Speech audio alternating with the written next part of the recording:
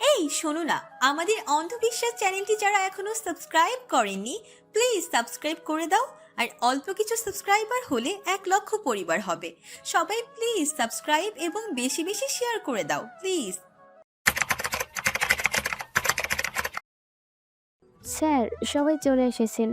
নার্সটির কথা শুনে তার দিকে না তাকিয়ে ফায়াজ উত্তর দেয়, ঠিক আছে, আপনি ওটি রেডি করুন, আমি আসছি। Okay sir. নার্সটি চলে গেল। ফায়াজ ফাইলটি বন্ধ করে তার ভেতরের সবগুলো রিপোর্ট ঢুকে গুছিয়ে রেখে দেয়। হাত ঘড়ির দিকে তাকিয়ে সময় দেখে নেয়। টেবিল থেকে ফোনটা নিয়ে একটা নাম্বারে কল লাগায়। রিং হতে হতে কেটে যায়। আবারও ফোন করে। এবার রিসিভ হয়। উপাস থেকে জবাব আসে, আমি একটু দূরে আছি, গাড়ির আওয়াজে ফোনের রিং শুনতেই পাচ্ছি না। বলো কি বলবে? ফায়াজ ভনিতা না করে বলে, তুই আজকে ভার্সিটি থেকে ওর থেকে নিয়ে আসতে পারবি? হ্যাঁ পারবো। গাড়ির চাবিটা? হসপিটাল থেকে নিয়ে যাস, আজ একটু চাপ আছে। ওকে, আমি সব সামলে নিব। ঠিক আছে। কলটা কেটে ফোনটা সাইলেন্ট রেখে ড্রয়ারে রেখে দেয় ফায়াজ। চোখ বন্ধ করে কে যেন ভাবতে থাকে। উটির কথা মনে পড়তেই নিজের প্রয়োজনীয় জিনিস নিয়ে নিজের কেবিন থেকে বেরিয়ে যায় ও। ফারিহা বাসায় এসে দেখে তার মা সোফায় বসে টিভি দেখছে। ফারিহা খুব সন্তর্পণে বাসার ভেতরে ঢুকে, তবুও ওকে ওর মা দেখে ফেলল। তার মা টিভি অফ করে দেয়। ফারিহা ততক্ষণে উপরে যাওয়ার জন্য সিঁড়িতে পা রাখে। পেছন থেকে তার মা বলে ওঠে, আজ এত তাড়াতাড়ি চলে এলি, ক্লাস করিসনি? ফারিহা প্রশ্ন শুনেই থেমে যায়। পিছন ঘুরে মাকে জবাব দেয়, না মা, কলেজে প্রোগ্রাম হবে, তাই কয়েকদিন ক্লাস হবে না খুব একটা। ও ঠিক আছে, ফ্রেশ হয়ে নে। ফারিহা চুপচাপ সিঁড়ি ভেঙে উপরে উঠে নিজের রুমে চলে গেল। ব্যাগ রেখে জামা নিয়ে ওয়াশরুমে গেল। ফ্রেশ হয়ে এসে ভেজা চুল মুছতে মুছতে বারান্দায় চলে গেল। তোয়ালে শুকাতে দিয়ে ওখানেই দাঁড়িয়ে রইল। হঠাৎ চোখের সামনে ভেসে উঠল অর্ণবের রক্ত মাখা হাতটা। ফারিহা মনে মনে বলল, ইস, কতখানি কেটে গেছে ওনার। এই হাত নিয়ে উনি পরীক্ষা দিবেন কি করে? কেমন মানুষ! এতখানি কাটার পরেও কোনো ভ্রুক্ষেপ নেই। ভাবনা বাদ দিয়ে বাস্তবে ফিরে এসে নিজেকে ধমক দিয়ে বলল, তুই এত ভাবছিস কেন? যার হাত তার কোনো মাথা ব্যথা নেই, তোর থাকা উচিত না। ফারিহা নিজের রুমে চলে গেল। একটু পরিপাটি হয়ে নিয়ে মায়ের কাছে চলে গেল সে। তার মা এখনও টিভি দেখছে। ফ্রিজ থেকে একটা আইসক্রিম নিয়ে মায়ের পাশে বসে খেতে শুরু করলো ও। তাকে দেখে তার মা বলল, সবে গরম পড়েছে, রাতে এখনো ঠান্ডা লাগে, এগুলো খাস না। ফারিহা একটু বিরক্ত হয়ে বলল, ওফ মা, বাইরে কত গরম, আর তুমি বলছো এখনো শীত? শহরে কি এত ঠান্ডা আছে নাকি? ওসব ঠান্ডা গ্রামে থাকে, গ্রামে। দেখো কি এখনো শীত পড়েছে গ্রাম অঞ্চলে। থাক, তোকে কিছু বলা যাবে না। চল, তোরা তোদের মতো, কেউই তো শুনিস না আমার কথা। শুনি না, কে বললো? আচ্ছা মা, তুমি কি ভাইয়ার উপর রাগ করে এসব বলছো? কিন্তু অর্থে ভাবি তো খুব ভালো। থাক, আর ভাবির হয়ে গুণগান গাইতে হবে না, নিজের কাজ কর। অন্যদিকে মুখ ঘুরে কথাগুলো বললেন ফারিহার মা। ফারিহা তার মাকে জড়িয়ে ধরে বলে, ও মা, এত রাগ করো না। সত্যি বলছি, অর্থে ভাবি খুব ভালো গো, মেনে নাও না ভাবিকে, খুব কষ্ট পাচ্ছে বেচারি। ফারিহার মা কিছু বললেন না, চুপ করে রইলেন। মাকে আর কিছু বলল না ফারিহা। চুপচাপ মায়ের পাশে বসে আইসক্রিম খেতে লাগলো। অর্ক হসপিটালে এসে ফায়াজের কাছ থেকে গাড়ির চাবি নিয়ে বেরিয়েছে। ভার্সিটি যেতে প্রায় 1 ঘন্টার মতো সময় লাগবে। অর্ক গাড়িতে গান চালিয়ে দিয়ে নিজে গান গাইতে গাইতে আপন মনে গাড়ি চালাচ্ছে। কিছু দূর আসার পর হঠাৎ গাড়ি এক সাইডে দাঁড় করিয়ে দেয়। অর্ক গাড়ি থেকে দ্রুত নামলো। একটা ব্রিজের সাইডে নদীর দিকে একজনকে দাঁড়িয়ে থাকতে দেখলো। ব্রিজের নিচে নদীর দিকে এক দৃষ্টিতে তাকিয়ে আছে সে। অর্ক ভ্রু কুচকে বলল, মেয়েটি কি সুইসাইড করবে? আর এক মুহূর্ত দেরি না করে ও দ্রুত মেয়েটির কাছে দৌড়ে গেল। মেয়েটি ততক্ষণে এক পা উঠিয়ে দিয়েছে ব্রিজের উপর। অর্ক দৌড়ে গিয়ে মেয়েটিকে ধরে অন্যদিকে নিয়ে আসে। নিজের সাথে কিছুটা জড়িয়ে নেয় মেয়েটিকে। এদিকে মেয়েটি তো অবাক হয়ে আছে, কে তাকে ধরে নিয়ে আসলো এভাবে। অর্ক মেয়েটিকে না ছেড়ে জোরে ধমক দিল।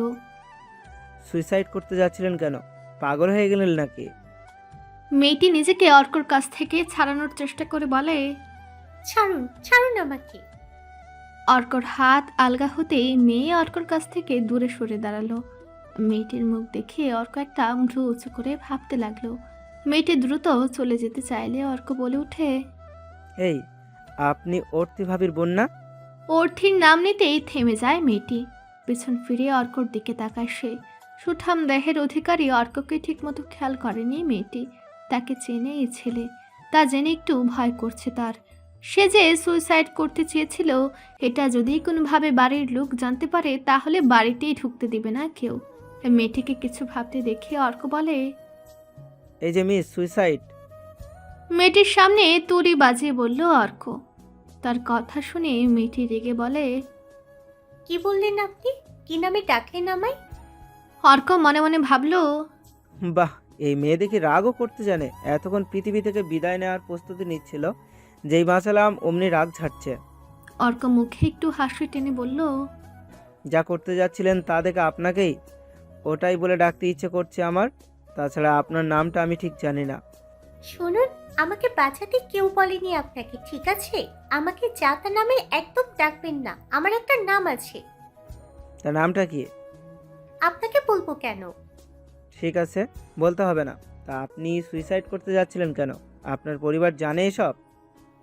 আপনাকে বলবো কেন আমি সুইসাইড কেন করছি? ঠিক আছে, বলবেন না। আমিও অর্তি ভাবিকে বলে আপনার পরিবারকে জানিয়ে দিব। আপনি আমাকে ভয় দেখাচ্ছেন? ভয় লাগছে আপনার? সুইসাইড কিন্তু সবাই করতে পারে না। যারা সুইসাইড করে তারা কিন্তু অনেক সাহসী। আপনি নিঃসন্দেহে একজন সাহসী। আপনাকে কি আর ভয় দেখানো যায়? মিটি হাসছে অর্ক। মেয়েটি এবার নরম গলায় বলল, প্লিজ, আপনি কাউকে জানাবেন না এই বিষয়ে। আমি ওকে থামিয়ে দেয় অর্ক। বলে, গাড়িতে উঠুন। মানে? অবাক হয়ে প্রশ্ন করে মেয়েটি। ওই যে গাড়ি রাখা আছে, আমি আপনাকে আপনার বাড়ি পৌঁছে দিচ্ছি। না না, আমি ঠিক আছি, একা যেতে পারবো। আপনাকে ঠিক বিশ্বাস করতে পারছি না, যা কাণ্ড ঘটিয়েছিলেন একটু আগে। চলুন। মেয়েটি আর কিছু বলল না, চুপচাপ অর্কর পেছনে গিয়ে ওর গাড়িতে উঠে বসলো। মাথার যন্ত্রণা নিয়ে নিজের কেবিনে বসে আছে ফায়াজ। একটা পিল খেয়েছে একটু আগে, কিছুতেই যেন কমছে না এই যন্ত্রণা। আজ পরপর 3টে সার্জারি করিয়েছে সে, অনেকগুলো রোগী দেখেছে। এখন মাথার উপর দিয়ে যেন বাষ্প উঠছে। দরজায় নখ হতেই কোনো রকমেই ভেতরে আসতে বলেছে তাকে। কিছুক্ষণ হয়ে যাওয়ার পরও যখন কেউ কথা বলল না, ফায়াজ মাথা তুলে সামনের মানুষটির দিকে তাকালো। একটু অবাক হয়ে জিজ্ঞেস করলো, সারোয়ার তুই? ফায়াজের বয়সী এক সুদর্শন যুবক দাঁড়িয়ে আছে ওর সামনে। ফায়াজ উঠে ওকে জড়িয়ে ধরল। যুবকটি বলল, তুই এই হাসপাতালে? আমি এই মাত্র জানলাম। দেরি না করে দেখা করতে চলে এলাম। ফায়াজ তাকে ইশারা দিয়ে বসতে বলল। যুবকটি আবার বলল, কিছু হয়েছে তোর? জাস্ট একটু মাথা ব্যথা। তুই কবে এলি? তোর 1 মাস লেট হলো কেন? আসলে মায়ের শরীর ঠিক ছিল না। ডাক্তার তাকে বাইরে থেকে চিকিৎসা নিতে বলে, আর মা আমার কাছে চলে আসে। পরে ওখানে মায়ের চিকিৎসা নিয়ে বেশ কয়েকদিন কেটে যায়। আবার ওখানে আমার বোনের এঙ্গেজমেন্ট হয়ে যায়। এত কিছু? যাক, এখন তুই কোথায় জয়েন করেছিস? এখানেই। সত্যি? গ্রেট, তাহলে তো ভালোই। আচ্ছা, আমি তাহলে আসি এখন। তুই একটু রেস্ট নে। আচ্ছা। অর্থি পরীক্ষা দিয়ে দাঁড়িয়ে আছে ফায়াজ আসার অপেক্ষায়। অর্ণব ওর সাথে দাঁড়িয়ে আছে। অর্থি অর্ণবের হাতে রুমাল বাঁধা ও তাতে রক্ত লেগে থাকা দেখে জিজ্ঞেস করে, রে, তোর হাতে কি হয়েছে? অর্ণব একটু হেসে বলে, ওই একটু পরে গিয়েছিলাম। তুই তাহলে বাড়ি যা, একটু ড্রেসিং করিয়ে নিস। একা রেখে চলে যাব? ভাইয়া তো এলো না এখনো। তুই যা, উনি এক্ষুনি এসে যাবেন। ঠিক আছে, সাবধানে যাবি। তুইও দেখে শুনে যাবি। অর্ণব চলে যায়। অনেকক্ষণ হয়ে যাওয়ার পরও ফায়াজ না এলে অর্থি খুব চিন্তায় পড়ে যায়। ফায়াজকে কল দিলে ওটা রিং হয়েও কেটে যায়। এমন সময় ফায়াজের গাড়ি এসে থামে ওর সামনে। গাড়ি চিনে অর্থি ভেবেছিল ওটা ফায়াজ হবে, কিন্তু একটা ছেলেকে বের হতে দেখে হতাশ হয় ও। ছেলেটি ওর সামনে এসে বলে, সরি ভাবি, অনেক লেট হলো। আসলে জ্যাম অনেক। কে আপনি? আমি অর্ক। ওই যে ফোনে কথা বলছিলেন, মনে নেই? আসলে ফায়াজ ভাইয়ার আজ খুব কাজের প্রেশার আছে, তাই সে আমাকে বলল আপনাকে যেন বাড়ি নিয়ে যাই। ও অর্থি আর কোনো কথা বাড়ালো না, অর্কর সাথে গাড়িতে গিয়ে বসলো। মনে মনে ভাবলো একটা ফোন করলে কি খুব ক্ষতি হয়ে যেত। ধরনের বুকে উদিত হলো সূর্যি মামা, উত্তাপ ছড়াচ্ছে চারদিকে। প্রবল দাবদাহে অতিষ্ঠ শহরবাসী। দিনের বেলা বের হলে প্রচণ্ড গরমের আঁচ লাগছে গায়ে। বেলা বাড়ার সঙ্গে সঙ্গে রোদের তীব্রতা যত বাড়ে, গরমে নগরবাসীকে ততটাই গলদঘর্ম হতে দেখা গেছে। ঘড়ির কাঁটায় 10টা ছুঁই ছুঁই। অর্থীদের রুমে বসে গল্প করছে ফারিহা ও অর্থী। দিন পঞ্জিকায় আজ শুক্রবার, ছুটির দিন। কলেজ বা ভার্সিটি কারোরই কিছু নেই। অর্থীর পরীক্ষাও আর 2টো বাকি আছে। ফায়াজ একটু বেরিয়েছে, আজ একটা সার্জারি আছে, ওটা করেও বাসায় চলে আসবে। আজ তেমন ব্যস্ততা নেই ওর। ননদ ভাবি মিলে খুশ গল্প করতে থাকে। ফারিহা মেহেদি নিয়ে এসেছিল অর্থীর কাছে। অর্থী এখন ফারিহাকে মেহেদি পরিয়ে দিচ্ছে। তার ফাঁকে নিজেরা গল্পে মেতে উঠেছে। অর্থী ফারিহাকে জিজ্ঞেস করে, তুমি তো আর গেলে না আমাদের বাসায়, শুধু বিয়ের দিন এক ঝলক তোমায় দেখেছিলাম। ফারিহা একটু মন খারাপ নিয়ে বলে, ভাইয়া না বললে তো আর যেতে পারি না বলো। অর্থী আশ্চর্য হয়ে তাকিয়ে রইল ফারিহার দিকে। তোমার ভাইয়া তোমায় যেতে বলেনি? ফারিহা নিচু হয়ে বলে, আমি তোমার হলুদের দিন যেতে চেয়েছিলাম, কিন্তু ভাইয়া বারণ করে বলল যে দলবল নিয়ে ওখানে যাওয়ার দরকার নাই, এতে নাকি তোমার অস্বস্তিকর অবস্থায় পড়তে পারো। কিন্তু এখন তো এটা ট্রেন্ড, ছেলে পক্ষরা তো হলুদে মেয়েদের বাসায় যায়। ফারিহা হেসে বলে, আমার ভাই এত ঝামেলা পছন্দ করে না, বাদ দাও তো। কিন্তু এবার আমি গেলে তোমায় নিয়ে যাব, খুশি তো? তুমি না বললেও আমি যাবো এবার, কারণ তখন বাসায় ছিল, এখন কেউ নেই। অর্থী মুচকি হেসে মেহেদি পরানোর দিকে নজর দেয়। কিয়ৎক্ষণ নীরবতার পর হঠাৎ ফারিহা সাহস নিয়ে জিজ্ঞেস করে, বলছি যে অন্য ভাইয়া কি তোমার ছোট? না, ও আমার থেকে 2 বছরের বড়, কিন্তু পরে আমার সাথেই। আসলে আমার মায়ের প্রথম সন্তান গর্ভে থাকা অবস্থায় মারা যায়, তাই ওনারা ভয়ে আরও কয়েক বছর পর বাচ্চা নেন। এর মাঝেই কাকার বিয়ে হয়ে যায়। মাস পেরোতেই চাচির গর্ভে অর্ণব চলে আসে। আর অথই আমাদের সবার ছোট। বুঝলাম। অথই ফারিহাকে বলেছিল অর্ণব আর অর্থী একই সাথে পড়ে। সেই সূত্রে ফারিহা এই কথাটা জানে। অথই ফারিহার 1 বছরের বড়, এটাও সে গল্প করতে করতে জেনেছিল অথয়ের কাছ থেকে। ফারিহাকে মেহেদি পরানো শেষ করে অর্থী হাসি মুখে বলে, দেখো তো কেমন হয়েছে। ফারিহা 2 হাত উপরে তুলে দেখে, ঠোঁট প্রসারিত করে বলে, ইটস বিউটিফুল। তুমি এত সুন্দর মেহেদি দিতে পারো ভাবি, আই কান্ট বিলিভ। আলতো করে জড়িয়ে ধরে অর্থীকে।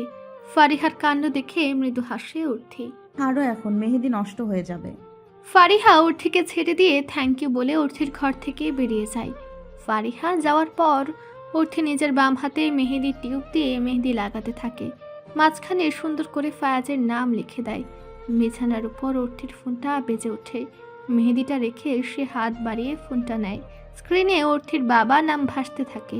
মুহূর্তেই অর্থীর মন ভালো হয়ে যায়। সঙ্গে সঙ্গেই রিসিভ করে নেয় কলটা। ওপাশ থেকে মানুষটার কণ্ঠস্বর শুনে অর্থীর যেন প্রাণ জুড়ে গেল। ভালো আছিস মা? এই মা ডাক্তার মাঝে অদ্ভুত এক মায়া আছে। নেত্রযুগল ভিজে গেল অর্থীর। আদ্র গলায় বলল, ভালো আছি বাবা, তুমি ভালো আছো? আলহামদুলিল্লাহ ভালো। তোর কণ্ঠ এমন শোনাচ্ছে কেন মা?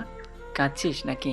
অর্থী নিজেকে স্বাভাবিক অবস্থায় ফিরে এনে বলে, না বাবা, কাঁদবো কেন? তোমরা কি আমাকে কান্না করার জন্য বিয়ে দিয়েছো?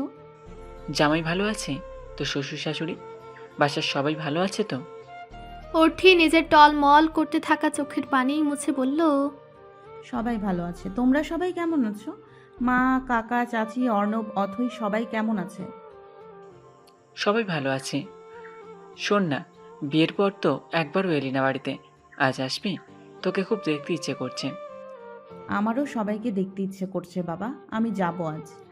সত্যি বলছিস? হ্যাঁ, আমি তোমার জামাইকে বলবো নিয়ে যেতে। ঠিক আছে, তোরা তাহলে আয়, আমি বাজার করছি। কল ডিসকানেক্ট হতেই অর্থী লম্বা একটা শ্বাস নেই। ভাবতে থাকে কতদিন পর সে নিজের বাড়িতে যাবে। বাবা 2বার এসে বলে গেলেও তার যাওয়া হয়নি। বিশেষ কারণ বলতে ফায়াজের সময় হয়নি। ফায়াজ কয়েকবার যাওয়ার চেষ্টা করলেও কোনো না কোনো কারণে ব্যস্ত হয়ে পড়েছিল। তবে অর্থী আজ যেভাবেই হোক ফায়াজকে নিয়ে তাদের বাসায় যাবে।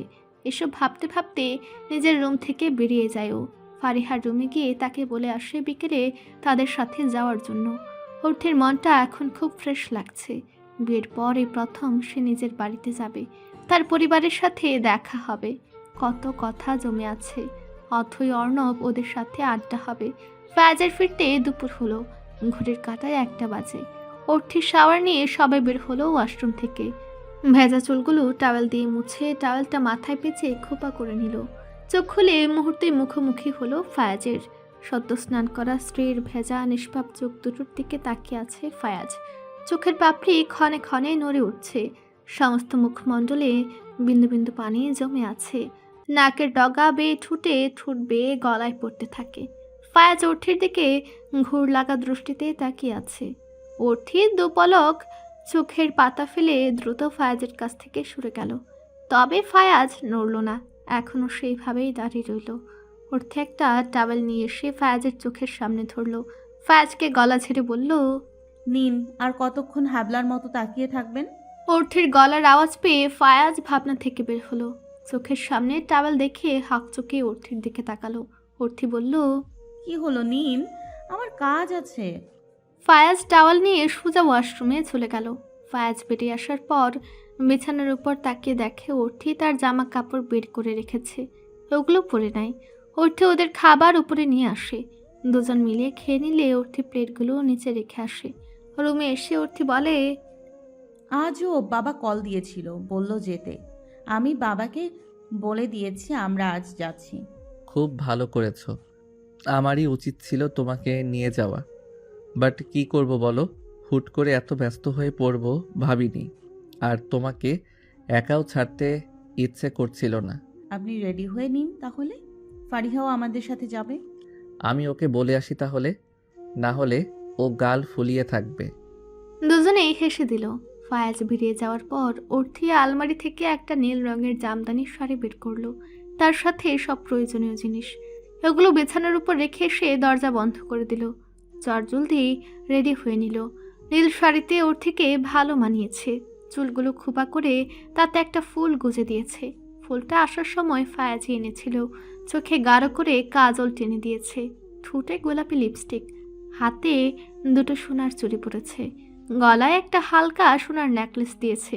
কানে ছোট একজোড়া সোনার ঝুমকো লাগিয়েছে। ভারী সাজ অর্থির পছন্দ নয়। বিয়ের পর বাপের বাড়ি যাচ্ছে বলে অল্প সোনার অলংকার পরেছে, না হলে খারাপ দেখাবে। জুতো পরে হ্যান্ডব্যাগটা নিতে যাচ্ছিল হাতে, এমন সময় দরজায় কড়া নাড়ল ফায়াজ। অর্থি তাড়াহুড়োয় দরজা খুলতে এসে হুমড়ি খেয়ে পড়ল দরজার সামনে। কপালে একটু লেগেছে। এক হাত দিয়ে কপাল ধরে অন্য হাতে দরজা খুলে দেয়।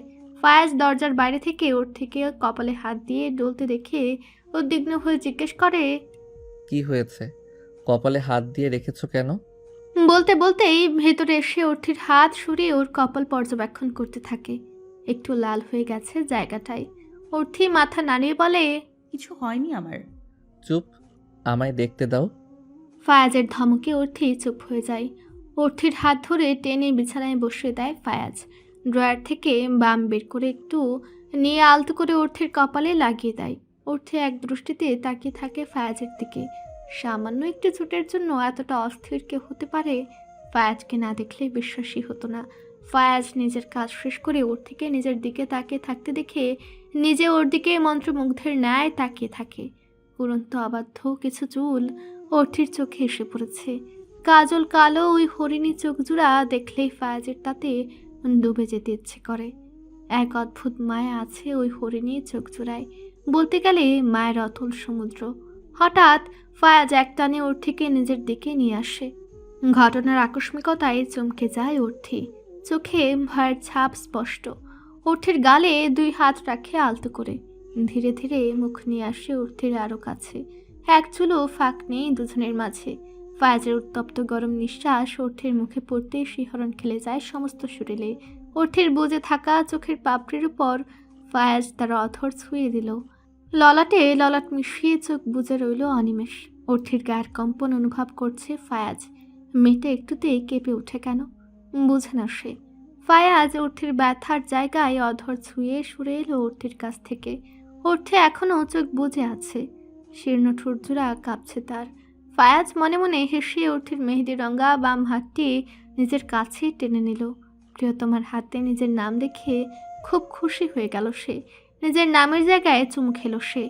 অর্থি চোখ খুলে নিল ধীরে ধীরে। ফায়াজ অর্থির 2 হাত নিজের হাতের মধ্যে বন্দি করে নেয়। তারপর অর্থির চোখের দিকে তাকিয়ে বলে, শোনো সুদর্শিনী, মায়া এক অদ্ভুত জিনিস। পৃথিবীতে একবার কারো মায়ায় পড়ে গেলে তাকে ভোলা অসম্ভব হয়ে পড়ে। তুমি আমার সেই মায়া, যাকে ভুলে থাকা আমার সাধ্যের বাহিরে। ফায়াজের কথায় এক অন্যরকম অনুভূতি হতে লাগলো অর্থির মনে। দুজন দুজনের দিকে ক্ষীণ প্রহর চেয়ে থাকে। ভাইয়া এইটুকু বলেই ফারিহা দরজার কাছে এসে থেমে যায়। ওদের দুজনকে অনেকটা ক্লোজ থাকতে দেখে থতমত খেয়ে যায়। ফারিহার কণ্ঠ পেয়ে তড়িৎ গতিতে অর্থি ফায়াজের কাছ থেকে দূরে সরে যায়। ফায়াজও নিজেকে স্বাভাবিক রাখার চেষ্টা করে। ফারিহা মুখ ফিরে বলে, সরি, আমি ভুল সময় এসে পড়েছি। ফারিহা যেতে নিলেই ফায়াজ বলে, ভেতরে আয়। ফারিহা মুখ নিচু করে রুমের ভেতরে আসে। ফায়াজ উঠে আয়নার সামনে গিয়ে রেডি হতে থাকে। ফারিহা অর্থির পাশে বসে পড়ে। লজ্জায় কেউ কারো দিকে তাকাতে পারছে না। পরিস্থিতি এমন হবে কে জানতো। গাড়ির গ্লাস দিয়ে বাহিরের দিকে তাকিয়ে আছে অর্থি। বেশ কিছুক্ষণ হলো ড্রাইভিং সিটে বসে গাড়ি ড্রাইভ করছে ফায়াজ। ব্যাক সিটে ফারিহা বসে ফোন চাপছে। হাইওয়ের মাঝে ছুটে চলছে তাদের গাড়িটি। কিছুক্ষণ আগের মুহূর্ত চিন্তা করছে সে। বাসা থেকে বের হওয়ার সময় শ্বশুর শাশুড়িকে সালাম করে বিদায় জানালো। শাহজাহান খন্দকার মানে ফায়াজের বাবা হাসি মুখে দুজনেই সাবধানে যেতে বললেও মনোয়ারা বেগম ফায়াজের মা গম্ভীর হয়েছিলেন। উনি শুধু ফায়াজকে বলেছেন নতুন শ্বশুরবাড়ি যাচ্ছে সবার জন্য জামা কাপড় নিয়ে যেতে। অর্থির সাথে একটা কথাও বলেননি। এ ব্যাপারে অর্থির মন বিষণ্ণ হলেও তার বাড়ির লোকদের নিয়ে যে শাশুড়ি ভেবেছেন এতেই অর্থি খুশি। কাজটা নামিয়ে দিব? অনেকক্ষণ হলো ওদিকেই তাকিয়ে আছো, কোনো সমস্যা? ফায়াজের ডাকে সম্বিত ফিরল অর্থির। ঝটপট জবাব দিল, না না না, কিছু না, বাইরের দৃশ্য খুব সুন্দর দেখতে, তাই তাকিয়েছিলাম। ফায়াজ আর কিছুই বলল না। আশেপাশে তাকিয়ে একটা শপিং মল দেখে গাড়িটা নিয়ে দাঁড় করালো তার সামনে। দরজা খুলে গাড়ি থেকে নেমে অর্থি ও ফারিহাকে বলল, নেমে পড়ো দুজন। অর্থি পাশে তাকিয়ে দেখে অনেক বড় একটা শপিং মল। অর্থি কখনো এত বড় শপিং মলে যায়নি। বিয়ের আগে কেনাকাটা করতে গেলেও সেটা এর তুলনায় ছোট। অর্থির মতে শপিং করার জন্য একটাই গেলেই হয়, বড় ছোট কোনো ফ্যাক্ট না। ফারিহা গাড়ি থেকে নেমে অর্থিকে বলল, ভাবি নেমে পড়ো। অর্থি আর দেরি না করে গাড়ি থেকে নেমে যায়। সবাই মিলে শপিং মলের ভেতরে ঢুকে। দোতলায় উঠে ফায়াজ প্রথমে শাড়ি সেকশনে যায়। অর্থির মা চাচির জন্য শাড়ি নিতে হবে। অর্থিকে বলে পছন্দ করতে। অর্থি বেছে বেছে দুটো শাড়ি পছন্দ করে। ফায়াজ শাড়ি দেখার নাম করে অর্থির পছন্দ করা শাড়ি দুটো নিয়ে তার দাম চেক করে। যা ভেবেছিল একেবারে তাই। অর্থির যে দামি কোনো কিছুর প্রতি আগ্রহ নেই এটা ফায়াজ আগেই বুঝেছিল। যেদিন এতগুলো শাড়ি দেখেও যে মেয়েটা সংকোচ বোধ করছিল, নিতে চায়নি, সেদিনই ওর থেকে বুঝেছেও অল্প জিনিসে খুশি ও সাধারণ লাইফস্টাইল পছন্দ করে সে। ফায়াজ একটা দীর্ঘশ্বাস ছেড়ে শাড়ি দুটো প্যাক করে রাখতে বলে। এরপর তারা চলে যায় পাঞ্জাবি সেকশনে। ওখান থেকে ফায়াজ নিজে পছন্দ করে তার 2 শ্বশুরের জন্য পাঞ্জাবি নেয়। অথই আর অর্ণবের জন্য কিছু কেনা হয়। ফায়াজ ওদের অথইয়ের জন্য জামা দেখতে বলে চলে যায় অর্ণবের জন্য শার্ট প্যান্ট কিনতে। অর্থি চারিদিকে চোখ বুলে নিল কত সুন্দর সুন্দর সব জামা কাপড়। অথই গাউন পরতে পছন্দ করে, সারাক্ষণ অনলাইনে গাউনের ছবি দেখে। তাই অর্থি ভাবলো বোনের জন্য একটা গাউন কিনে দেওয়া যাক। খুবই সিম্পল একটা গাউন পছন্দ করে নেয়। গাউনের সাথে সেলোয়ার ও ওড়না আছে। একটা পিঙ্ক কালারের সুন্দর ডিজাইনের গাউনের দিকে চোখ পড়ে অর্থির।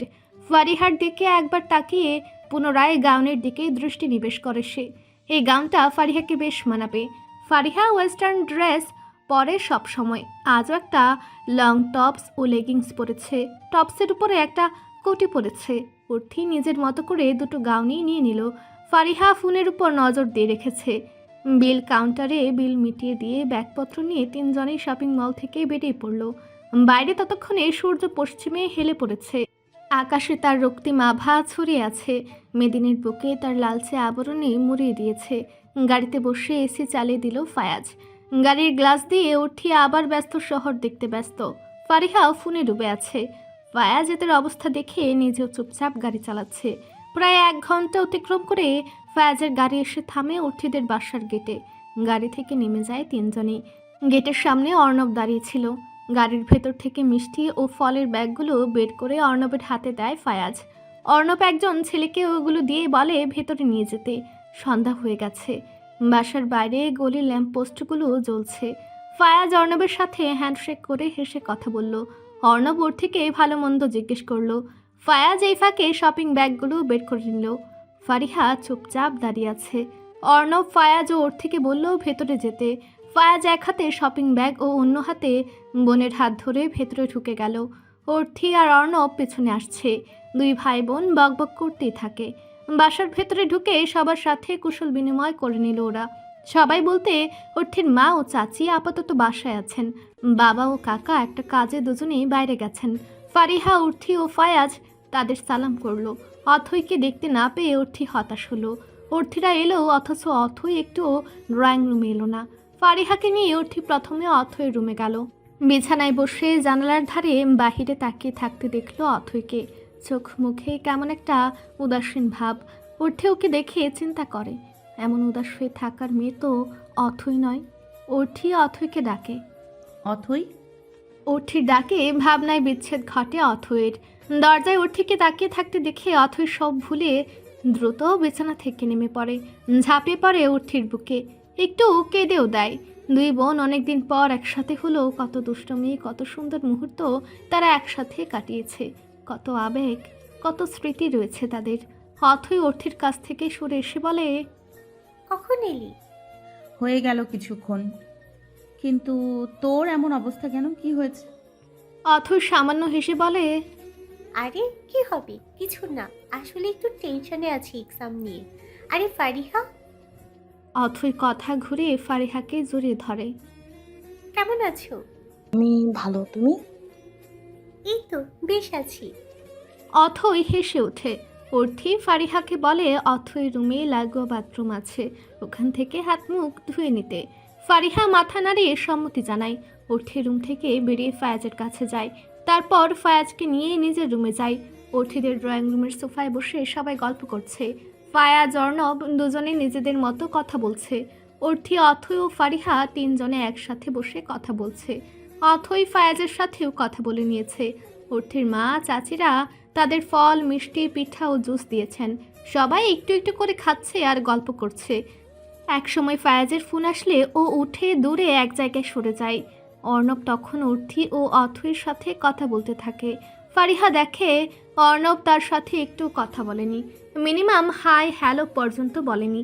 ফারিহার কেন যেন খুব খারাপ লাগলো। অর্থি আর অথৈর সাথে কি সুন্দর করে কথা বলছে, ওর সাথে কি একটু কথা বলা যায় না? মাথা নিচু করে বসে আছে সে। ওদের কথার মাঝেই অর্থির মা এসে পড়লেন। একটু রাগ করে কড়া গলায় বললেন, করছিস তোরা? বাসায় নতুন জামাই এসেছে আর তোরা চিল্লাপাল্লা করছিস? জামাই কি ভাববে? হ্যাঁ, ওরা সাথে সাথে চুপ হয়ে যায়।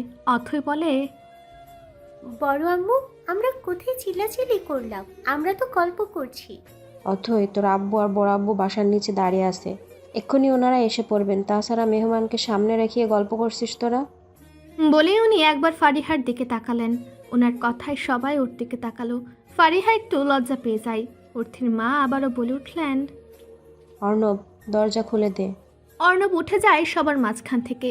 অথৈ ফারিহাকে নিয়ে তার ঘরে চলে যায়। ফায়াজ কথা শেষ করে অর্থির পাশে এসে বসে। কলিং বেল চাপার সাথে সাথেই অর্ণব দরজা খুলে দেয়। অর্থির বাবা আফজাল হোসেন ও চাচা আদনান হোসেন দুজনেই বাসার ভেতরে ঢুকলেন। তাদের দেখে এগিয়ে গেল ফায়াজ ও অর্থি। সালাম করে কুশল বিনিময় করলো। সোফায় বসে ফায়াজ তাদের সামনে গল্প করতে লাগলো। অর্থি চলে গেল অথৈয়ের ঘরে। খাওয়া দাওয়া শেষে ফারিহা অথৈয়ের রুমের দিকে এগিয়ে আসছিল। সবাই ওখানে কথা বলছে। ওর ভালো লাগছে না। অথৈ রুমে আছে, তাই সে সিঁড়ি ভেঙে উপরে উঠছে। তোমার ওড়না কোথায়?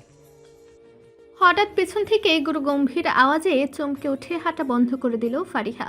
আস্তে করে পেছনে ফিরে তাকিয়ে দেখে অর্ণব দাঁড়িয়ে আছে। চোখ অত্যন্ত শান্ত তার। ফারিহা চোখ নামিয়ে নেয়। ভীত গলায় বলে, আসলে ভাইয়া এই ড্রেসের সাথে ওড়না নেই, এগুলোর সাথে ওড়না পরে না। বাড়িতে বড়রা রয়েছেন, একটু স্বভাবত নিজের মধ্যে রাখো। ওড়না ছাড়া আমাদের বাড়ির মেয়েরা চলাফেরা করে না। একটু রুক্ষ হয়ে বলল অর্ণব। অর্ণবের কথায় কেঁপে উঠে ফারিহা। সরি ভাইয়া। আমি ঠিক করে চলবো এবার থেকে। আর সেটার জন্য খুব তাড়াতাড়ি হয়। অর্ণব পা চালিয়ে দ্রুত পাশ কেটে চলে গেল ফারিহার। এক ফোঁটা জল গড়িয়ে পড়ল ফারিহার চোখ থেকে। ওকে কখনো কেউ নিজের ড্রেস আপ নিয়ে কোনো কথা বলেনি, এত কঠোর গলায় কখনো কেউই ওর সাথে কথা বলেনি। কিন্তু অর্ণব কেন তার সাথে এমন করছে ফারিহা বুঝতেই পারছে না। হাতের উল্টো পিঠ দিয়ে চোখের জল মুছে নিল সে। উত্তপ্ত রোদ্দুর, ভ্যাবসা গরমে ঘামছে মানুষজন। দিনের বেলা সূর্যের তাপ মেঘের বাধার কারণে উপরে উঠতে পারে না, নানা কারণে গরম সহজে কমতেও চায় না। এই গরম অতিষ্ঠ করে তুলছে সবাইকে। গাছের পাতা যেন নড়াচড়া বন্ধ করে দিয়েছে। কৃত্রিম বাতাস কোনো রকমে গায়ে মাখছে। বৃষ্টির এক ফোঁটাও দেখা মিলছে না। অর্থি সোফায় বসে ফারিহার সাথে লুডো খেলছে। সকালবেলা ফায়াজ হাসপাতালে চলে যায়। অথই কলেজে ও অর্ণব বন্ধুদের সাথে বেরিয়েছে। ব্যবসার কাজে অর্থির বাবা ও কাকারাও বাইরে। বাসায় শুধু অর্থি, ফারিহা ও অর্থির মা চাচি ছিল। সকালবেলা অর্ণবের মুখোমুখি হয়নি ফারিহা। অর্ণব বেরিয়ে যাওয়ার পরে রুম থেকে সেও বেরিয়েছে। সকালবেলা অর্থির থেকে সালোয়ার কামিজ নিয়েছে সে। অর্থি ভীষণ অবাক হয়েছে। ফারিহাকে কখনো সালোয়ার কামিজ পরতে দেখেনি ও। কারণ জানতে চাইলে ফারিহা বলে তার পরতে ইচ্ছে করছে। অর্থি বিশেষ কিছু জিজ্ঞেস করেনি। ফারিহার জন্য নিয়ে আসা গাউনটা দেওয়া হয়নি। এই গরমে ওটা না পরাই ভালো। ফারিহা অর্থির থেকে বেগুনি রঙের সালোয়ার কামিজ নিয়েই পরেছে। অর্থিদের মতো করে ওড়না পরেছে। কাল রাতের অর্ণবের বলা কথাগুলো শুনে গিল্টি ফিল করছিল, তাই আজ সকাল হতেই নিজের পোশাক পাল্টে ফেলেছে। ক্লান্ত বিধ্বস্ত হয়ে বাসায় ফিরল অথই। ঘড়ির কাঁটায় দুপুর 12টা বাজতে চলল। ড্রয়িং রুমে এসে অর্থি ও ফারিহাকে দেখলো লুডো খেলতে। অথৈর মধ্যে কোনো প্রতিক্রিয়া লক্ষ্য করা গেল না। ক্লান্ত অথৈর দিকে চোখ যেতেই অর্থির বুক ধক করে উঠল। এই মেয়েটাকে এমন দেখাচ্ছে কেন? কখনো তো এমন দেখায়নি। সব সময় হাসি খুশি থাকা মেয়েটা কেমন যেন ছন্ন ছাড়া হয়ে গিয়েছে। অথৈ চুপচাপ সিঁড়ি বেয়ে উপরে চলে গেল। কেমন যেন খটকা লাগলো অর্থির। সে ফারিহাকে বলল, পরে খেলবো, চলো অথয়ের রুমে যাই। ভাবির কথা শুনে মাথা ডান কাত করে সম্মতি জানালো ফারিহা। দুজনে উঠে লুডো খেলার সামগ্রী গুছিয়ে নিয়ে অথৈ রুমে এলো। অথৈ সবেমাত্র ব্যাগ রেখে বিছানায় গা এলিয়ে দিয়েছিল। কলেজ ড্রেসও খুলেনি, চোখ বুজে শুয়ে আছে। প্রচণ্ড ঘামে ভেজে আছে শরীর। অর্থি অথৈকে এই অবস্থায় দেখে ভ্রু কুচকে জিজ্ঞেস করে, জামা চেঞ্জ করিসনি কেন? ঘেমে তো একাকার অবস্থা। অর্থির আওয়াজ কর্ণকুহরে পৌঁছাতেই অথৈ ধরফর করে উঠে বসে। নিজের বিষণ্ণ চেহারায় খুশি হওয়ার মিথ্যা প্রচেষ্টা চালিয়ে যাচ্ছে, কিন্তু সে জানি না তার এই মিথ্যা হাসিটা অর্থি ধরে ফেলেছে। ফারিহা এক কোণে দাঁড়িয়ে আছে। মেয়েটার মাঝে জড়তা অনেক, সহজে কাউকেই কিছু জিজ্ঞাসা করতে পারে না। কে কি বলবে তা ভেবে সামান্য কথা বলতে যার মাঝে এত জড়তা, সে ব্যক্তিগত জীবন নিয়ে প্রশ্ন তো কখনোই করবে না। তাই চুপ করে দাঁড়িয়ে সব দেখছে, শুনছে। অর্থি অথৈর কাঁধে হাত রেখে জিজ্ঞেস করলো, তোকে এমন দেখাচ্ছে কেন? আমি জানি তুই বলবি কিছু হয়নি, কিন্তু আমি সত্যিটা শুনতে চাই অথই। অথৈ চুপ আছে, মাথা নিচু করে। মনের ভেতর যে ঝড় বইছে তা কিভাবে ব্যাখ্যা করবে অর্থিকে? নিজের একটা ভুলের জন্য অনুশোচনায় ভুগছে আজ। অর্থি যে নিজের সবচাইতে কাছের একজন ছিল, যাকে সব কথা শেয়ার করতো অথৈ, এই একটা কথাই তাকে বলেনি সে। অর্থি অথৈর হাত স্পর্শ করে চেপে ধরল। নিজের রাগ অভিমান সব একটু একটু করে বেরিয়ে আসছিল অথৈর। ইতিমধ্যেই চোখের কোণে চিকচিক করছে জল। দাঁত দিয়ে নিচের ঠোঁট চেপে ধরে কান্না আটকানোর বৃথা চেষ্টা করেও সফল হলো না। অর্থি আর নিতে পারছে না। অথৈর থুতনি ধরে নিজের দিকে ফেরালো তাকে। অথৈ ফুপিয়ে কেঁদে উঠে জাপটে জড়িয়ে ধরল অর্থিকে। কিংকর্ত বিমূঢ় স্তব্ধ, বাকরুদ্ধ হয়ে আছে অর্থি। আলতো করে অথৈর পিঠে হাত রাখল সে। কোমল কণ্ঠে বলল, কাঁদছিস কেন? বল কি হয়েছে? কে কি বলেছে তোকে? ফুপিয়ে টেনে টেনে মুখ দিয়ে কথা বের করলো অথৈ। একটা কলঙ্কিত অধ্যায়ের সমাপ্তি ঘটিয়ে আসলাম অর্থি। কপাল ভাঁজ করলো অর্থি।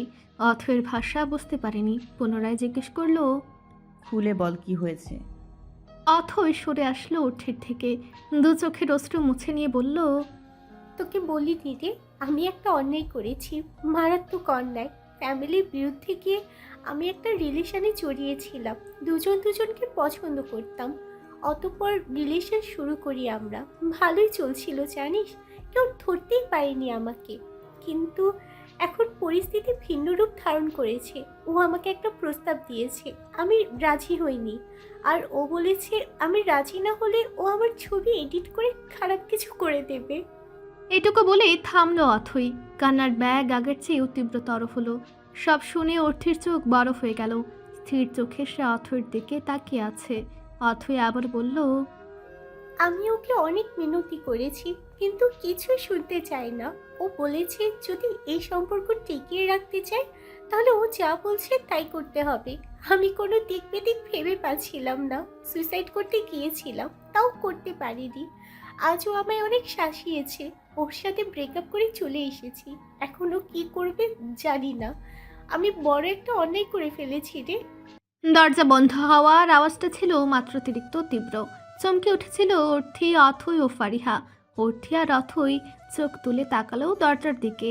দেখে অর্ণব দাঁড়িয়ে আছে। কপালের শিরা দেখেই বোঝা যাচ্ছে প্রচণ্ড রাগ চেপে ধরে আছে সে। হাতের মুঠো শক্ত করে রাগ নিয়ন্ত্রণ করার চেষ্টা করছে, কিন্তু পারেনি। ফারিহা পেছনে তাকিয়ে অর্ণবের এমন হিংস্র চাহনি দেখে ঘাবড়ে যায়। অথই কুকড়ে যায় ভয়ে। অর্ণব দ্রুত পায়ে হেঁটে এসে শক্ত হাত দিয়ে সপাটে এক চর বসালো অথইয়ের গালে। আক্রমণাত্মক এমন ঘটনায় বিচলিত তিনজনই। অথই সোজা বিছানায় গিয়ে পড়ল। অর্ণব গর্জন করে বলে উঠল, প্রেম করছিস? কোন বাড়ির মেয়ে তুই ভুলে গেছিস? তোর সাহস দেখে আমি অবাক হই। অর্থি হাত নেড়ে অর্ণবকে থামাতেই যাচ্ছিল, কিন্তু অর্ণব বাধা দেয় তাকে। অথই অশ্রুসিক্ত নয়নে উঠে বসে। অর্ণবের চোখে এত রাগ, এত তেজ কেউ কখনো দেখেনি। ভয় পেয়ে গেছে দুজনেই। অর্ণব এবার চোখ বন্ধ করে নিল। ছেলেটাকে? অর্ণবের মুখের পেশি টানটান হয়ে ফুটে উঠেছে। অথই ভাইয়ের দিকে তাকাতে ভয় পাচ্ছে, কাঁপছে ক্রমশ। অর্ণব দ্বিতীয়বার জিজ্ঞেস করলো, ছেলেটা কে? গুরু গম্ভীর ও অত্যন্ত ঠান্ডা গলার ধমক শুনে অথই বলে দিল, একসাথে পড়ি, ওর নাম শিহাব। ছবি দে আমাকে। অথই তার ফোন থেকে ছবি বের করে তা এগিয়ে দিল ভাইয়ের দিকে। মাথা নিচু করে নিল। চোখ দিয়ে অনবরত বর্ষণ হচ্ছে। অর্ণব ছবিটা ভালো করে খুঁটে দেখতে লাগলো। অর্থি অর্ণবের পাশে এসে দাঁড়ালো। মিনতি করে বলল, এই কথাগুলো যেন আমাদের মধ্যে সীমাবদ্ধ থাকে অর্ণব। মানে বুঝতেই পারছিস, কেউ জানলে ঠিক কিভাবে নেবে ব্যাপারটা। আর অথয়ের ওপর দিয়ে কি ঝড় বইবে তুই ভাই হয়ে বুঝবি আশা করি। অর্ণব কিয়ৎক্ষণ চুপ থেকে বলল, বড় ভাই হিসেবে আমার দায়িত্ব আমি ঠিকই পালন করব অর্থী, কিন্তু আমার বোনকে যে কলঙ্কিত করতে চেয়েছে তাকে আমি ছাড়ব না। দুই চোখ জ্বলে উঠল অর্ণবের। রাগে তার শিরা উপশিরা ফুলে উঠেছে। ছবিটা নিজের ফোনে নিয়ে নিল অর্ণব। তারপর বেরিয়ে যাওয়ার জন্য পা বাড়িয়ে দরজা অব্দি গিয়ে থামলো। পেছন ফিরে এক নজর ফারিহার দিকে তাকালো। এতক্ষণ ওকে খেয়াল করেনি সে। আজ সালোয়ার কামিজ পরেছে মেয়েটা, বেশ অন্যরকম লাগছে ওকে। ফারিহা চোখ নিচে নামিয়ে নেয়। অর্ণব পা চালিয়ে বেরিয়ে যায়। বিকেল হতেই রেডি হয়ে নিল অর্থিরা। এখন ওরা চলে যাবে। কাল পরীক্ষা আছে অর্থির। ফারিহা সুন্দর একটা 3 পিস পরেছে, অর্থির থেকে নিয়েছে। ছাদে উঠেছিল একটু, ভেবেছিল যাওয়ার আগে ঘুরে নেবে একটু, কিন্তু অর্ণবকে ছাদে দেখে নেমে যেতে নাই। অর্ণব ফারিহাকে দেখে ডাক দেয়। সেও ছাদে এসেছিল তার ফুল গাছগুলো দেখতে। অর্ণব গাছপালার প্রতি অতিরিক্ত যত্নশীল। তাদের ছাদে বিভিন্ন ফল ফুলের গাছ রয়েছে।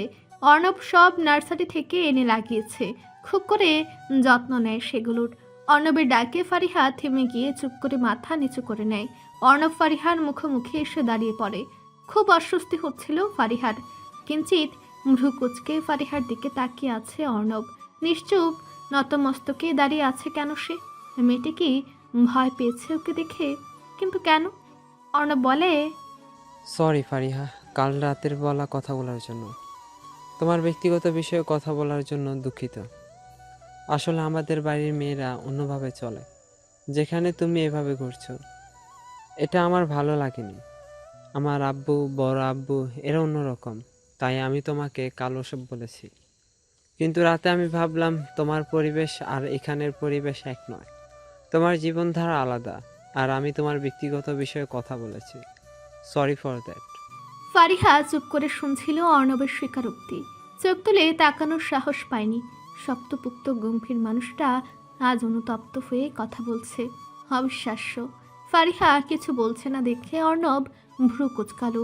ও জিজ্ঞেস করলো, তুমি মাথা নুয়ে রেখেছো কেন? কোনো সমস্যা? আমার দিকে তাকাও। ফারিহা চোখ তুলে তাকালো অর্ণবের দিকে। লম্বাটি পেশিবহুল শরীরের উপর কালো সবুজ রঙের চেক শার্টটি চেপে বসেছে। শ্যামবর্ণ সুশ্রী মুখে হালকা দাড়ি আছে। বয়সের তুলনায় অর্ণবকে খুব সুন্দর দেখতে। সে একজন প্রাপ্তবয়স্ক যুবক। ফারিহার ওই গভীর শীতল চোখগুলো অর্ণবকে আরো বেশি করে ভাবাচ্ছে। কাপা কণ্ঠে ফারিহা বলে, ইটস ওকে। কি নিষ্পাপ সরলতা, কোমল নর্ম ব্যবহার। মেয়েটি তাকে ভয় পেয়েছে। কালোভাবে বলা উচিত হয়নি। এসব নিয়ে পরে ভাববে বলে অর্ণব ছাদে আরও কিছুক্ষণ কাটিয়ে নিচে নেমে যায়। মানুষের জীবন চক্রাকারের ন্যায় ঘুরে। জীবনে সবসময় যে ভালো আসবে তাও না। ভালো আর খারাপ দুটো নিয়েই জীবন। জীবন ভীষণ জটিল। এই জটিল জীবন নিয়েই এগিয়ে যেতে হয়। মানুষের কাছে আর কোনো পথ খোলা না থাকলে সে আত্মহননের পথ বেছে নেয়। একাকিত্ব, মানসিক চাপ, পারিবারিক টানাপোড়েন, আর্থিক দুর্বলতা মানুষের জীবন বিষাক্ত করে তোলে। তিক্ততার কথা কারো কাছে মেলে ধরতে না পারলে মানসিক যন্ত্রণা থেকে মানুষ আত্মত্যাগ করতে বাধ্য হয়। এ যেমন হয়েছিল অথয়ের সাথে। যে সমস্যায় পড়ে সে আত্মহননের পথ বেছে নিয়েছিল, ভুল মানুষের সাথে সম্পর্কে জড়ালো, এখন সে তার সম্মান নষ্ট করার জন্য উঠে পড়ে লেগেছে। অর্ণব এসব ভেবে নিজেকে দোষ দিচ্ছে। কেন সে মনের প্রতি নজর দেয়নি? অর্ণব ভেবেছিল অর্থের মতো অথয়ও পরিবারের কথা ভেবে সুন্দর সাবলীলভাবে চলবে, কিন্তু না, প্রেম সম্পর্কে জড়ে গেল তার বোন। এসব পরিবারের মানুষ মেনে নেবে না কখনোই। রক্ষণশীল পরিবারের ছেলে মেয়েদের এসব প্রেম ভালোবাসায় জড়াতে নেই। পরিবারের কথাই তাদের কাছে শেষ কথা। অর্ণবের পরীক্ষা শেষ হয়েছে কিয়ৎক্ষণ পূর্বে। প্রচণ্ড গরমে ঘেমে নাজেহাল অবস্থা হয়ে আছে তার। শরীরের সাথে লেগে আছে ঘামে ভেজা নীল শার্টটি। বন্ধুর বাইকের পেছনে উঠে তাকে কাগজে লেখা একটা ঠিকানা দিল। আপাতত কোনো কথা বের হচ্ছে না মুখ দিয়ে। দ্রুত গতিতে বাইক ছুটে চলল রাস্তা দিয়ে। হালকা বাতাস শরীরে লাগতেই শীত শীত করছে কেমন যেন। তবু এই বাতাস শরীর ও মনকে ঠান্ডা করছে। কাঙ্ক্ষিত ঠিকানায় পৌঁছে গেল তারা দুজন। প্রথমে বাইক থেকে নেমে গেল অর্ণব। তার বন্ধু চয়ন বাইকে তালা দিয়ে পরে নেমে এলো। একটা কলেজের সামনে এসে দাঁড়িয়ে গেল ওরা। চয়ন দুটো ভ্রু কুচকে জিজ্ঞেস করলো, এটাই তো তোর বোনের কলেজ? অর্ণব দায়সারা ভাব নিয়ে জবাব দিল, হ্যাঁ এটাই। মালটা কখন আসবে? কি যেন নাম বললি? শিহাব। মেয়েদের ব্ল্যাকমেল করার সাহস আজকে দেখবো শালাকে লুচ্চা। ভাষা ঠিক কর চয়ন। একটু রাগ দেখিয়ে বলল অর্ণব, কিন্তু তার কথায় দমে গেল না চয়ন। উল্টো তেজ দেখিয়ে বলল, পারছি না দোস্ত, তোর মুখ থেকে এসব শুনে ইচ্ছে করছে এখানে ওকে শেষ করে দেই। চুপ। অর্ণবের মৃদু ধমক খেয়ে চুপ করে গেল চয়ন। বাইকে হেলান দিয়ে বসলো। গুনগুন করে গান গাইতে থাকলো। অর্ণব ফোনের দিকে তাকিয়ে সময় চেক করে নিল। কলেজ গেট দিয়ে ছাত্রছাত্রীরা বের হচ্ছে। আজকে অথই আসেনি কলেজে। তার ইচ্ছে করছিল না শিহাবের মুখোমুখি হওয়ার। অর্ণব জানে অথই আসেনি, কিন্তু কেন আসেনি তা জানে না। ভিড়ের মাঝে অর্ণব শিহাবকে খুঁজতে লাগলো। ফোনের দিকে তাকিয়ে শিহাবের ছবি দেখে এদিক ওদিক চোখ বোলালো। দূর থেকে শিহাবকে একটা ছেলের সাথে আসতে দেখে ঠোঁটের কোণে হাসি খেলে গেল ওর। চয়নকে চোখের ইশারা দিয়ে দেখালো শিহাব আসছে। চয়ন বাইক থেকে নেমে গেল। অর্ণব নিজের ফোনটা পকেটে ভরে নিল। শিহাব কথা বলতে বলতে ওদের সামনে দিয়ে যাচ্ছিল।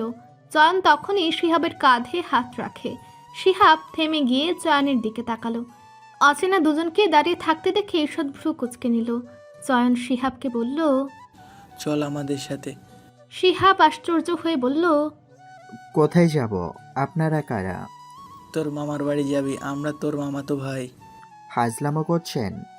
অর্ণব এবার এগিয়ে গেল শিহাবের দিকে। গম্ভীর হয়ে বলল, তুই যাবি নাকি অন্য ব্যবস্থা করব?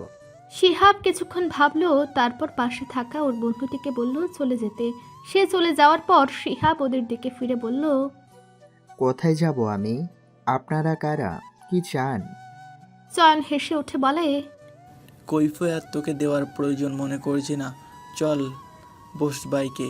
চয়ন ঘাড় ধরে শিহাবকে বসালো বাইকে। অর্ণব শিহাবের পেছনে বসেছে। চয়ন উঠে বাইক স্টার্ট দিল। শিহাব ভাবছে এরা কারা, এভাবে তাকে ধরে নিয়ে যাচ্ছে বা কেন? অর্ণবের হাতে বেশ কয়েকটা মুখ্য মার খেয়ে আধমরা হয়ে ফ্লোরে পড়ে আছে শিহাব। নাক মুখ দিয়ে রক্ত গল গল করে বেরিয়ে জায়গাটা রক্তাক্ত হয়ে আছে। অর্ণব এখনও ঠান্ডা হতে পারেনি। শিহাবের ওই অবস্থাতেও আরও কয়েকটা ঘুষি দিয়ে দিল সে। প্রচণ্ড রাগে কাঁপছে ওর শরীর। চয়ন অর্ণবকে এতটা রেগে যেতে কখনো দেখেনি। এগিয়ে গিয়ে থামানোর চেষ্টা করছে, তবে ব্যর্থ হচ্ছে। অর্ণব জুড়ে চিৎকার করে উঠল শিহাবের উপর। আমার মা তুলে গালি দিয়েছিস কেন? তুই এত সাহস পেলি কোথায়? শিহাবের চুলগুলো দুই হাতের মুঠোয় নিয়ে জোরে ফ্লোরে ওর মাথাটা ধাক্কা দেয়। শিহাব মাগো বলে চিৎকার করে উঠল। অর্ণব দাঁতে দাঁত চেপে বলল, কিরে, এখন মাকে ডাকছিস কেন? মা তুলে গালি দেওয়ার সময় মনে ছিল না? ক্ষমা করো। ব্যথায় কুকড়ে উঠছে শিহাব। বেশ কিছুক্ষণ আগেই ওরা তিনজন এই জায়গায় এসে পৌঁছেছিল। শিহাব ওদের বিভিন্ন প্রশ্ন করতে থাকলে ওরা অথৈর কথা বলে, এটাও বলে ছবি যা যা আছে সব যেন ও ডিলিট করে দেয়। শিহাব তখন হাসতে হাসতে বলে, আমার একটা মাত্র এডিট অথইয়ের জীবন তছনছ করে দিবে। এই কথাটা শুনেই অর্ণবের হাতের মুঠো শক্ত হয়ে এলো। চোয়ালের পেশি টান টান, ভেতরের রাগ ব্যক্ত করার চেষ্টা করছে। শিহাব আবারও বলে, তোরা কি ভেবেছিস তোদের কথায় আমি ভয় পাবো? খানকির বলা, আমাকে ভয় দেখাস না। তোদের জানা নেই আমার ক্ষমতা। নিজের রাগ এতক্ষণে নিয়ন্ত্রণে রাখলেও মাকে নিয়ে গালি দেওয়ায় ক্রমশ তা বেড়ে দ্বিগুণ হয়ে গেল। অর্ণব রেগে গিয়ে শিহাবের কলার ধরে তাকে এক ধাক্কায় ফ্লোরে ফেলে দিল। তারপর নিজের শরীরের সমস্ত শক্তি দিয়ে শিহাবকে মারতে থাকে। শিহাব ভাবতেও পারেনি এমনটা হবে। আচমকা আক্রমণে শিহাব কিছুই করতে পারল না। তোর ফোন দে বলছি। শিহাব তার রক্ত লাগা হাতে ফোন এগিয়ে দিল অর্ণবের দিকে। অর্ণব ছু মেরে ফোনটা নিয়ে নিল। শিহাব লক খুলে দিয়েছিল। অর্ণব বলল, কোথায় কোথায় ছবি রেখেছিস? কাকে দিয়েছিস? কোথাও দেইনি। এখনো একটা ফোল্ডারে সেভ করে রেখেছি সব ছবিগুলো। অর্ণব পুরো গ্যালারি ঘেটে খোঁজার চেষ্টা করলো। অবশেষে একটা ফোল্ডারে অনেকগুলো ছবি দেখতে পায় সে। অথৈ সহ আরও বেশ কয়েকজনের ছবি আছে এখানে। অর্ণব সব ছবি ডিলিট করে দেয়। রিসাইকেল বিনে গিয়ে আবারও সব ছবি পার্মানেন্টলি ডিলিট করে। শিহাবকে চেপে ধরে জিজ্ঞেস করে, আর কোথাও রেখেছিস? বল, আর কোথাও রেখেছিস? রুডো কণ্ঠে বলে উঠল অর্ণব।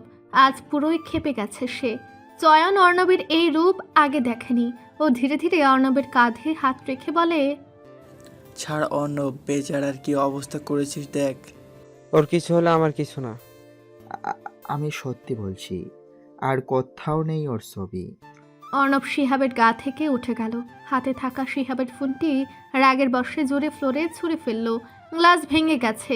ফোনের চারপাশে অনেক ফাটল ধরেছে। চয়নকে বলল, ওকে হাসপাতালে নিয়ে যাস, আমাকে একটু বের হতে হবে। চয়ন মাথা নাড়িয়ে সম্মতি জানায়। অর্ণব দ্রুত পায়ে হেঁটে ওখান থেকে চলে যায়। শিহাব মুখ থুবড়ে পড়ে আছে ফ্লোরে। রক্তে রঞ্জিত স্যাঁত সাদা টাইলস। চয়ন শিহাবকে ধরে নিয়ে গেল হাসপাতালে। অপরাহ্নের অন্তিম মুহূর্ত। সুন্দর ধূলিময় বাতাস বইছে। আকাশ ছেয়ে গেছে রক্তিম আবরণে। পাখিরা নিড়ে ফিরছে দল ছুটে। আশপাশ থেকে ভেসে আসছে মানুষের কোলাহল। বলতে গেলে একটা জমজমাট পরিবেশ সৃষ্টি হয়েছে। বারান্দায় দাঁড়িয়ে বাইরে এক দৃষ্টিতে তাকিয়ে আছে অর্থি। লম্বা চুলগুলো ছেড়ে দিয়েছে।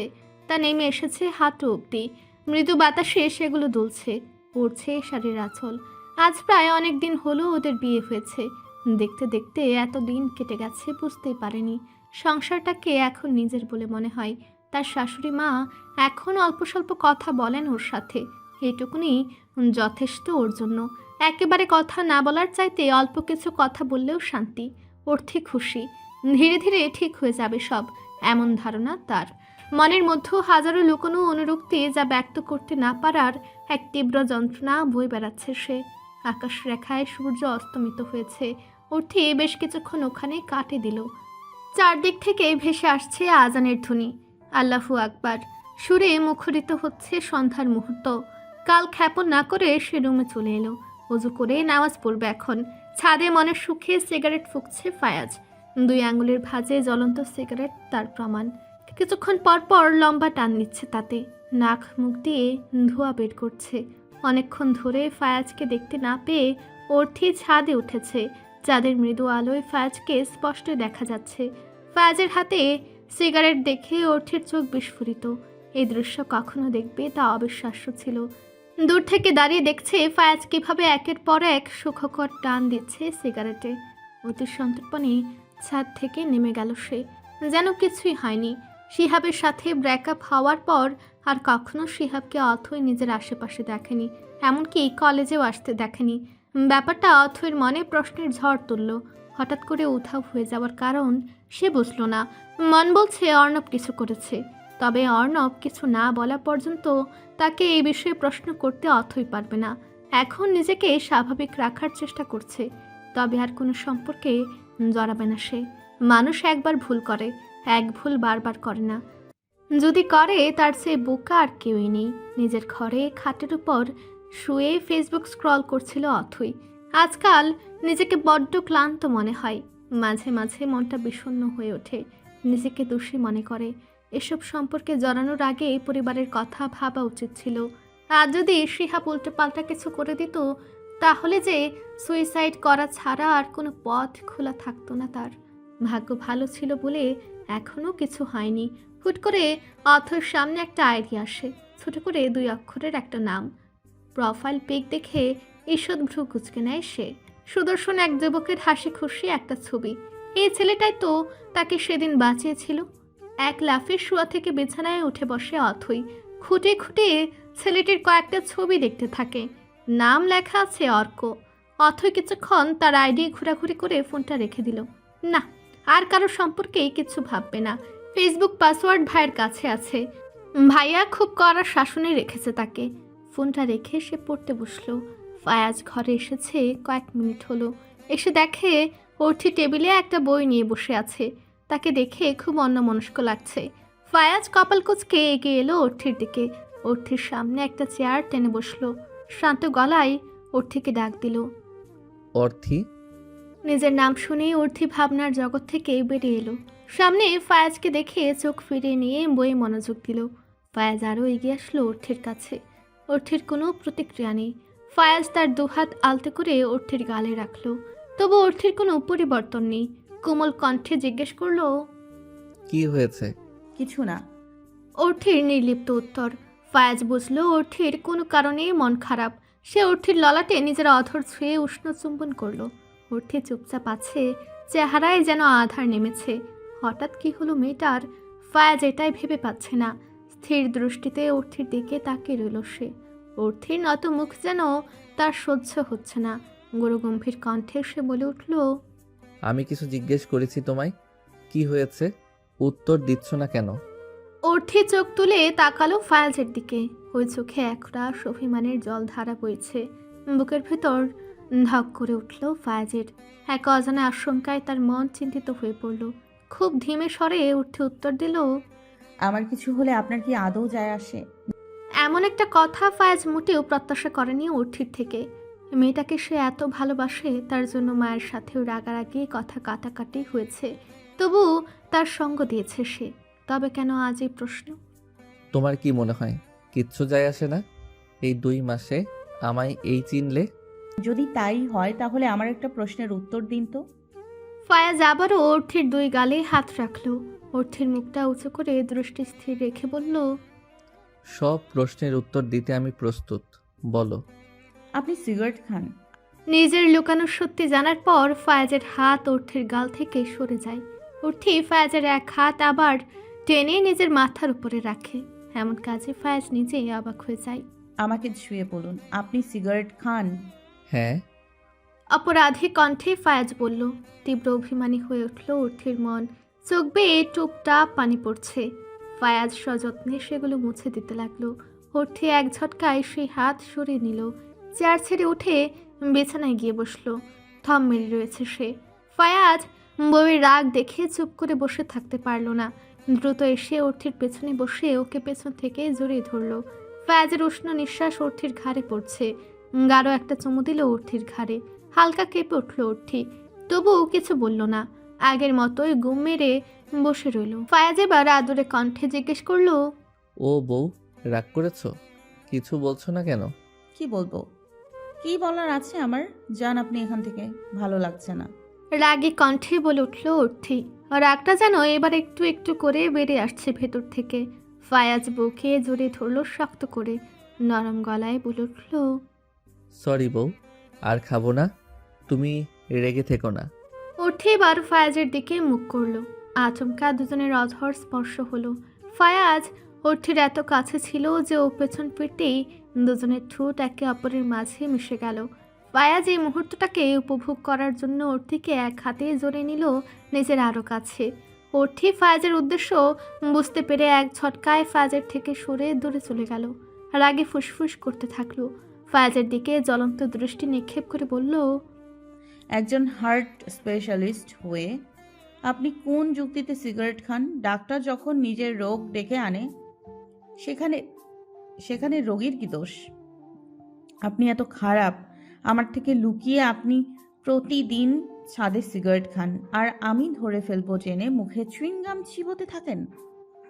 আপনি এত জঘন্য কেন? ফায়াজ নিজেকে নির্দোষ প্রমাণ করার চেষ্টায় বলে উঠল, না না, আমি প্রতিদিন খাই না, মাঝে মাঝে একটা দুটো খাই। আপনাকে আমি বিশ্বাস করি না। আমাকে এভাবে মিথ্যে বললেন আপনি, এভাবে ঠকালেন। আরে আমি কোথায় তোমাকে ঠকিয়েছি? অর্থি কান্না করে দিল। কান্নার ব্যাগ বাড়তেই থাকলো। ফায়াজ অর্থিকে নিজের বুকে আগলে নিল। অর্থি কাঁদতে থাকে কিছুক্ষণ। দূরে সরুন, সরুন আমার কাছ থেকে। অর্থির কথায় ফায়াজ চুপ করে অর্থির কাছ থেকে নিজেকে ছাড়িয়ে নিল। দুই হাত দূরত্বে বসে অর্থির নিষ্পাপ মুখটার দিকে তাকিয়ে রইল। এদিকে ফায়াজ তার এক কথায় তাকে ছেড়ে দেওয়ায় প্রচণ্ড অভিমান চেপে বসলো অর্থির মনে। সে গর্জে উঠে বলল, আপনি আমাকে সরিয়ে দিলেন কেন? এখন আমাকে ভালো লাগে না, তাই না? অন্য কাউকে পেয়েছেন বুঝি? এখন আমি পুরনো হয়ে গেছি? অর্থির কথা শুনে আকাশ থেকে পড়ল ফায়াজ। হাঁ করে তাকিয়ে রইল সেদিকে। মনে মনে বলল, নিজেই বলল সরে যেতে, এখন উল্টো গান গাইছে। বিড়বিড় করে বলল, কাছে এলেও দোষ, দূরে গেলেও দোষ। শালা কি এক জ্বালায় পড়লাম, এটা বউ নাকি প্যারা? কথাগুলো আসতে বললেও অর্থির কর্ণকুহরে পৌঁছানো মাত্রই অর্থির কোমরে দুই হাত রেখে ফায়াজের দিকে ঝুঁকে বলে, আয় কি বললেন? আমি প্যারা? এখন তো বউ প্যারাই হবে। কীর্তিকলাপ ধরে ফেলেছি না? আমার শান্তশিষ্ট বউটা তর্জন গর্জন করেছে কেন আজ? আপনি খারাপ তাই। বিশ্বাস করো বউ। আপনার বিশ্বাস আপনার কাছেই রাখুন, আমায় যেতে দিন। শোনো বউ। অর্থি ফায়াজকে অগ্রাহ্য করে ওখান থেকে প্রস্থান করলো। বেচারা ফায়াজ অর্থির যাওয়ার দিকে ফ্যালফ্যাল করে তাকিয়ে রইল। মনে মনে বলল, আজ কপালে বউয়ের ভালোবাসা নেই। পুরুষ মানুষ যতই রাগেই গম্ভীর হোক না কেন, বউয়ের কাছে যেন ভেজা বিড়াল। তা না হলে ফায়াজের মতো গম্ভীর মানুষকে আর অর্থির মতো মেয়েকে ভয় পায়। অভিমান করে ফারিহার ঘরে গিয়ে বসল অর্থি। এদিকে ফায়াজ অনেকক্ষণ যাবৎ অপেক্ষা করে অর্থির দেখা পায়নি। সে অস্থির হয়ে অর্থির অপেক্ষা করছে, আর ওদিকে অর্থি ফারিহার সাথে গল্প করতে ব্যস্ত। যত দেরি হচ্ছে ফায়াজের বুকের ভেতর অস্থিরতা বেড়েই যাচ্ছে। মন ব্যাকুল হয়ে রয়েছে তার সুদর্শনীকে একবার দেখার তৃষ্ণায়। কিন্তু তার সুদর্শিনী এটা বুঝলে তো। দরজায় খটাখট আওয়াজ হতেই চমকে উঠল ফারিহা ও অর্থি। চোখে তো ফিরে দরজার দিকে তাকালো তারা। দরজা বন্ধ আছে। ফারিহা উঠে দরজার কাছে যায়, জিজ্ঞেস করে, কে? দরজা খোলো। ফায়াজের কণ্ঠ পেয়ে উঠে সজাগ হয়ে বসলো। এবার কি করবে? মোবাইলের সময় দেখতে গিয়ে আরও বেশি চমকে উঠল। প্রায় 2 ঘন্টা কাটিয়ে দিয়েছে এখানে। গল্প করার মধ্যেও কিভাবে যে সময় চলে গেল বুঝতেও পারল না। ফারিহা কোনো কথা না বলে দরজা খুলে দিল। অপর পাশে ফায়াজের রণমূর্তি চেহারা দেখে ফারিহা ঘাবড়ে গেল। ক্ষীণস্বরে জিজ্ঞেস করলো, তোমার এই অবস্থা কেন? কি হয়েছে? ফায়াজ চুয়াল শক্ত রেখে অর্থির দিকে তাকালো। অর্থি ফায়াজের দিকে তাকালে তার গলা শুকিয়ে আসে। জবাবে ফায়াজ বলল, কিচ্ছু হয়নি, সরো সামনে থেকে। ফায়াজের রুড় স্বর শুনে ফারিহা অর্থির দিকে তাকিয়ে রইল। দেখলো অর্থি শুকনো ঢুক গিলছে। বুঝলো নিশ্চয় এদের মধ্যে কিছু একটা হয়েছে, না হলে অর্থি কেনই বা ফায়াজ থাকাকালীন এতক্ষণ তার ঘরে থাকবে। ভুল হয়ে গেল, আগেই বোঝা উচিত ছিল। ফায়াজ এগিয়ে এলো অর্থির কাছে, গম্ভীর হয়ে বলল, চলো। আমি একটু পরে যাচ্ছি, আপনি যান। তুমি যাবে, আর তা এক্ষুনি। ফায়াজের গলা টান টান। অর্থি করুণ চোখে তাকিয়ে রইল ফারিহার দিকে। চোখের ইশারায় ফারিহা তাকে যেতে বলল। উপায় না পেয়ে অর্থি উঠে দাঁড়ালো। গুটি গুটি পায়ে হেঁটে ফারিহার রুম ত্যাগ করলো। পেছনে ফায়াজও এগিয়ে গেল। রুমের ভেতরে দুই নরনারী নিশ্চুপ হয়ে পিনপতন নীরবতা পালন করছে। দুজনের কেউই এখনো পর্যন্ত একটা কথাও বলেনি। অর্থি মুখের ভেতর হাত নিয়ে নখ কামড়াচ্ছে। ফায়াজ এদিক ওদিক পায়চারি করতে থাকে। কে প্রথমে শুরু করবে তা নিয়ে দ্বিধায় আছে ওরা। অর্থির ধৈর্যের বাঁধ ভেঙে যাচ্ছে। বেশ সাহস নিয়ে সে প্রশ্ন করলো, আপনার কিছু বলার আছে? পায়চারি করছেন কেন এত? কি বলবেন বলুন। আমাকে রান্নাঘরে যেতে হবে। তোমার এখন রান্নাঘরে কিসের কাজ? ফায়াজের শান্ত গলায় করা প্রশ্নটা শুনে অর্থি থতমত খেয়ে গেল। আমতা আমতা করে বলল, আবার আমি আসলে দেখতে যাব কি রান্না হয়েছে। কোথাও যেতে হবে না। এক পাও যদি রুমের বাইরে দিয়েছো তাহলে দেখবে আমি কি করি। জড়সড় হয়ে বসলো অর্থি। ফায়াজ এত শান্ত স্বরে কথা বলছে কেন? খটকা লাগছে তার। সরু চোখে তাকিয়ে ফায়াজকে প্রশ্ন করলো, নিয়মিত ভালোবাসার গল্প শুনতে এবং পড়তে আমাদের অন্ধবিশ্বাস চ্যানেলটি সাবস্ক্রাইব করে পাশে থাকা বেল আইকনটি ক্লিক করুন। ধন্যবাদ সবাইকে।